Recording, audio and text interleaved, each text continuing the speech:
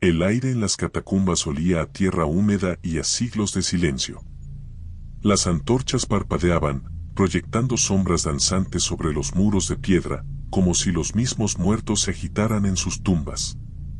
El padre Lorenzo, un sacerdote de rostro demarcado y manos temblorosas, avanzaba con paso lento, sosteniendo un crucifijo que pesaba más que su fe.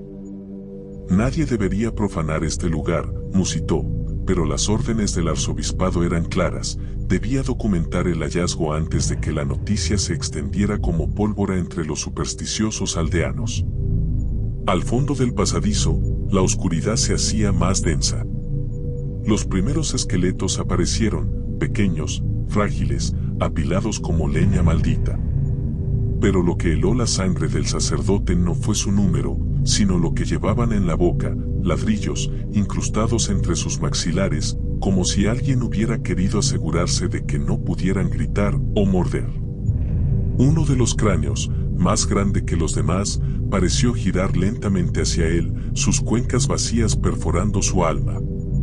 Lorenzo retrocedió, tropezando con algo blando. Al mirar hacia abajo, vio una pequeña mano, fresca, demasiado fresca, emergiendo del suelo. Algo respiraba en la oscuridad. El corazón del padre Lorenzo latía con tal fuerza que creyó que los muertos lo escuchaban. La mano diminuta que había brotado de la tierra no se movía, pero algo en su palidez le resultaba imposible. La piel, aunque marchita, no estaba completamente reducida a hueso. Como si el tiempo no hubiera pasado para ella. Con un temblor que le recorría todo el cuerpo, Lorenzo alzó la antorcha. La luz reveló más de lo que deseaba. Los esqueletos no estaban solo en el suelo. Colgaban de nichos en las paredes, atados con sogas podridas, algunos con vestigios de mortajas grises. Pero lo peor eran las marcas en los huesos, surcos profundos, como de cuchillos, y mordeduras humanas en las costillas y fémures. Canibalismo. La palabra le quemó la mente. Entonces lo escuchó. Un susurro. No venía de un solo lugar, sino de todos lados a la vez, como si las paredes mismas repitieran un nombre olvidado. Lorenzo. Era solo un murmullo, pero bastó. Algo crujió detrás de él. Se volvió. Uno de los esqueletos, un niño de no más de 6 años, ya no tenía el ladrillo en la boca. Sus mandíbulas estaban abiertas. El esqueleto del niño no se movía. No del todo. Pero sus dedos, finos como ramas secas, se retorcieron lentamente, arañando la piedra bajo su cuerpo. Un sonido áspero, como uñas sobre pizarra, rasgó el silencio. Lorenzo retrocedió, pero sus talones chocaron contra algo que crujió. Al mirar hacia abajo, vio otro esqueleto, este con las órbitas vacías inundadas de una sustancia negra y espesa que goteaba como brea. Santísima Madre de Dios, la oración murió en sus labios cuando el primer esqueleto giró la cabeza hacia él con un quejido metálico. Y entonces, la voz. No un susurro, sino una risa. Aguda, infantil, pero rota, como si 100 gargantas se desgarraran al unísono. ¿Tienes hambre, padre? Algo estalló en la oscuridad. Los ladrillos comenzaron a caer de las bocas de los esqueletos, uno tras otro, como semillas malditas sembradas en tierra infernal. Y en el silencio que siguió, solo se escuchó el crujir de dientes afilándose. El aire se espesó con un olor a carne podrida y cera derretida. Lorenzo levantó el crucifijo como escudo, pero el metal ardiente le quemó las manos. ¿Acaso su propia fe lo rechazaba? Los esqueletos no avanzaban. No aún. Se arrodillaban en círculos, cabezas inclinadas hacia el centro de la cámara, donde yacía algo que hizo que el estómago del sacerdote se retorciera, un altar de huesos infantiles, manchado de sustancias oscuras. Sobre él, restos de lo que parecía un corazón, fresco y palpitante, rodeado de dientes de leche ensartados como ofrenda. No es posible, balbuceó. El primer esqueleto alzó la cabeza. Nos dejaron aquí,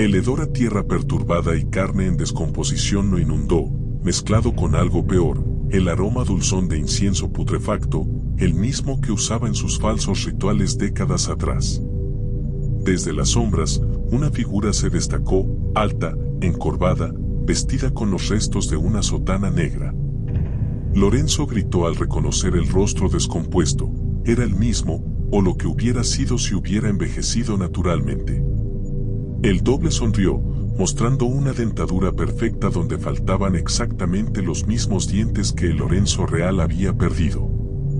Confiesa, rugieron los niños vampiro en perfecto latín eclesiástico. Confiesa y te daremos la absolución. El Lorenzo cadavérico extendió una mano, en cuyo palma brillaba un anillo de obispo, el mismo que el verdadero Lorenzo había anhelado toda su vida. Y entonces las paredes empezaron a gritar.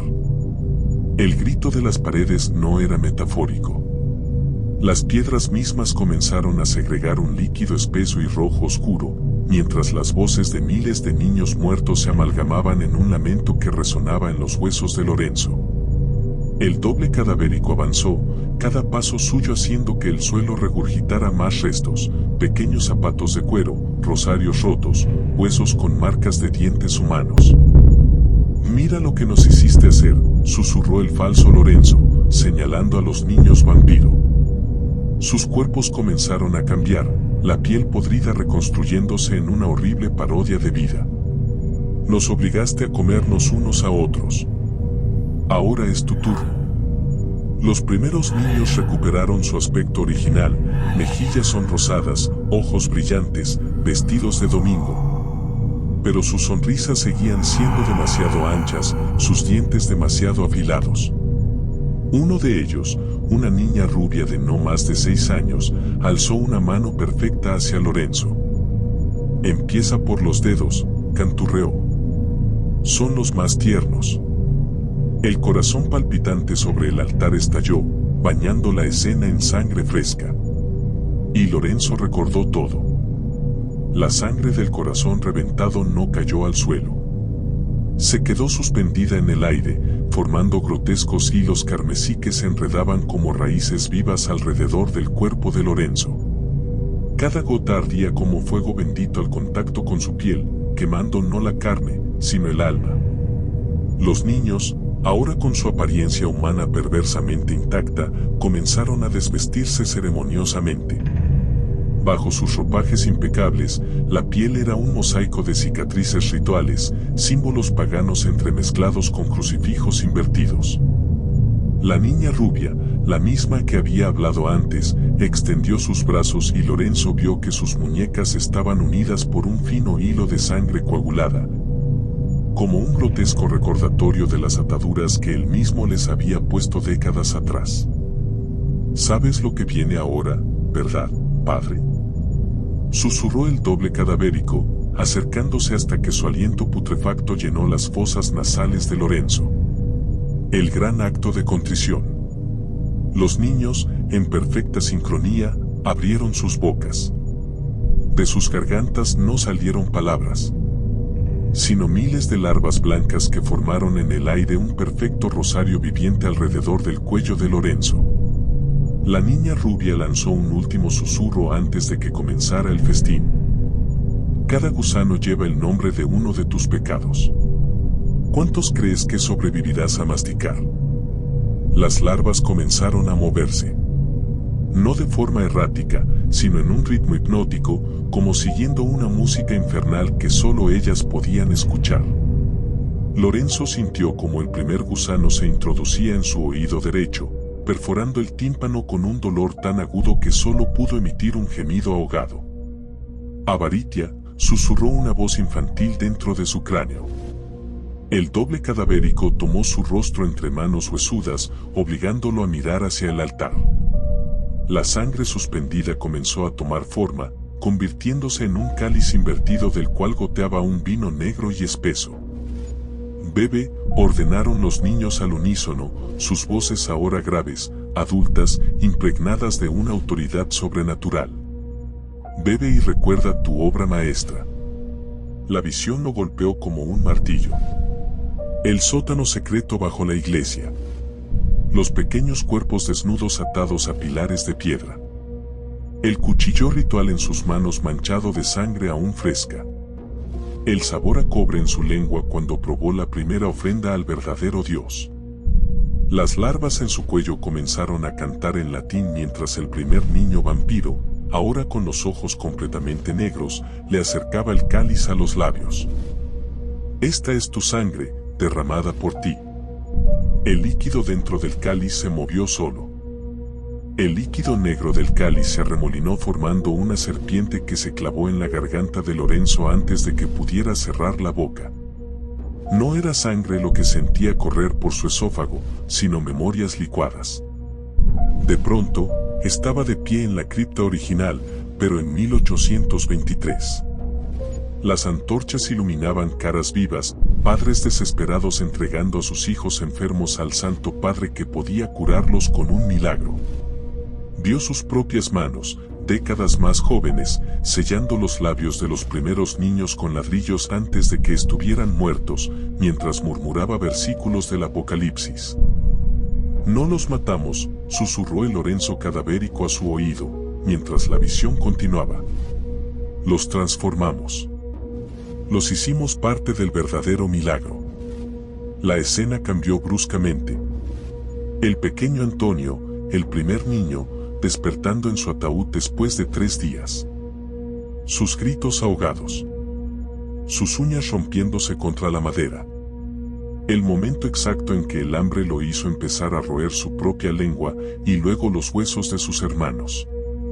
Los niños vampiro alrededor de Lorenzo comenzaron a rezar el Pater Noster al revés, mientras sus cuerpos se deshacían nuevamente, revelando la verdadera podredumbre bajo su máscara de inocencia. Eran lo que él los había creado. Los primeros hambrientos. Los eternamente culpables. El suelo de las catacumbas comenzó a latir. Lorenzo cayó de rodillas, sintiendo cada golpe como si un corazón gigantesco estuviera enterrado bajo sus pies. Las paredes exudaban ahora una sustancia gelatinosa que olía a leche materna agria. El doble cadavérico lo tomó por los hombros, sus dedos fundiéndose con la carne de Lorenzo como cera caliente. ¿No lo entiendes aún? Rugió con voz que ya no era humana, tú fuiste el primer invitado al banquete. Los niños vampiros se arrodillaron en corro, sus bocas abiertas en un grito silencioso. De sus gargantas emergieron largos tentáculos negros, terminados en bocas diminutas que repetían en loop. Santo, santo, santo. El más pequeño, un niño de tal vez 4 años, se acercó arrastrándose. Su torso se abrió como un sagrario maldito, revelando un espacio vacío donde debería estar su corazón. Comulga con nosotros, Padre, susurraron las bocas tentáculo. La hostia te espera. Dentro del hueco del niño, algo brilló. Lorenzo reconoció el objeto y gritó. Era la hostia sagrada que él mismo había consagrado la mañana de aquel Pesaj de 1823. Y todavía estaba fresca. La hostia sagrada comenzó a sangrar. Gotas espesas y bermellones cayeron sobre el pequeño cuerpo del vampiro, quemando su carne como ácido. Lorenzo sintió como el dolor de las quemaduras se reflejaba en su propio pecho, dejando marcas idénticas a las que había visto en los esqueletos excavados. El doble cadavérico se desprendió de él con un sonido de carne rasgada, dejando jirones de su propia piel adheridos al cuerpo de Lorenzo. «Mira», susurró, señalando al círculo de niños. Los pequeños vampiros se habían unido por los tentáculos bucales, formando una corona de espinas viviente que giraba lentamente sobre sus cabezas. La niña rubia, ahora con los ojos completamente blancos, alzó las manos en posición de oración. «Ofrézcanse en sacrificio vivo, santo y agradable a Dios», recitó con voz que ya no era la suya. «Este es su culto racional». El suelo se abrió bajo los pies de Lorenzo. Cayeron juntos, sacerdote y criaturas, en una cámara oculta cuyas paredes estaban tapizadas con 5.000 pares de ojos infantiles que seguían moviéndose, mirando. En el centro, un altar de sal negra esperaba. Sobre él, un cuchillo ritual que Lorenzo reconoció al instante. Era el mismo que había usado para cortar el pan en aquella última misa. El aire en la cámara secreta olía a incienso y carne quemada. Lorenzo se levantó con dificultad, sintiendo el peso de miles de pupilas infantiles siguiendo cada uno de sus movimientos. Los niños vampiros se desenredaron de su corona de espinas viviente, aterrizando en silencio alrededor del altar de sal negra.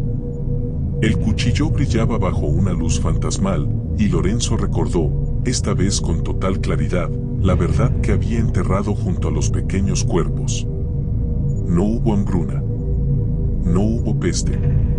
Solo un sacerdote ambicioso y un rito ancestral encontrado en manuscritos prohibidos. Para alcanzar la vida eterna, el siervo de Dios debe consagrar pan con sangre de inocentes.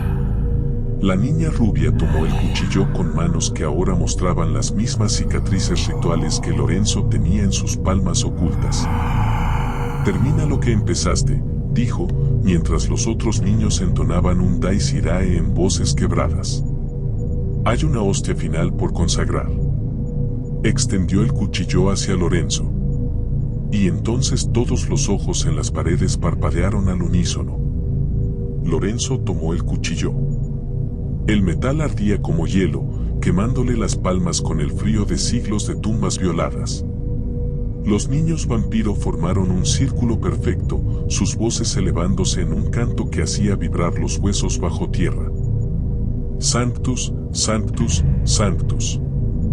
La niña rubia se acercó, deslizando sus dedos infantiles, ahora tan pálidos como la hostia maldita, sobre el filo del cuchillo.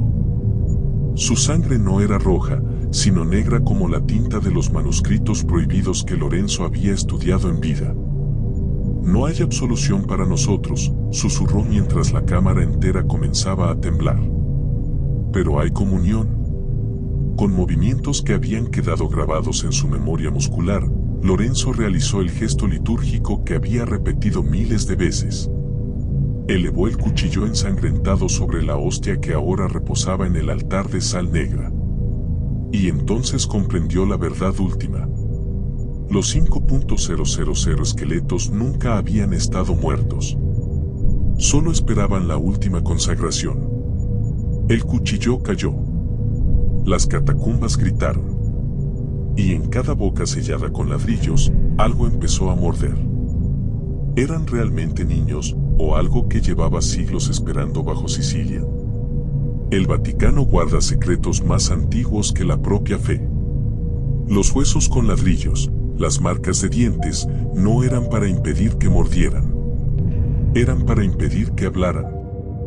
Quizás los rituales de hambre no eran sacrificios, sino intentos desesperados de alimentar lo que yacía bajo esas tumbas.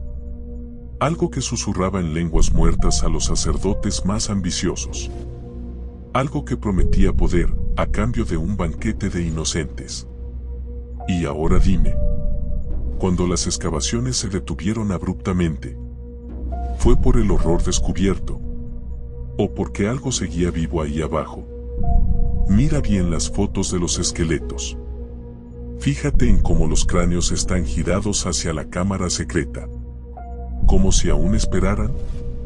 Comenta non mortuis sunt si investigarías esos túneles. Suscríbete antes que anochezca.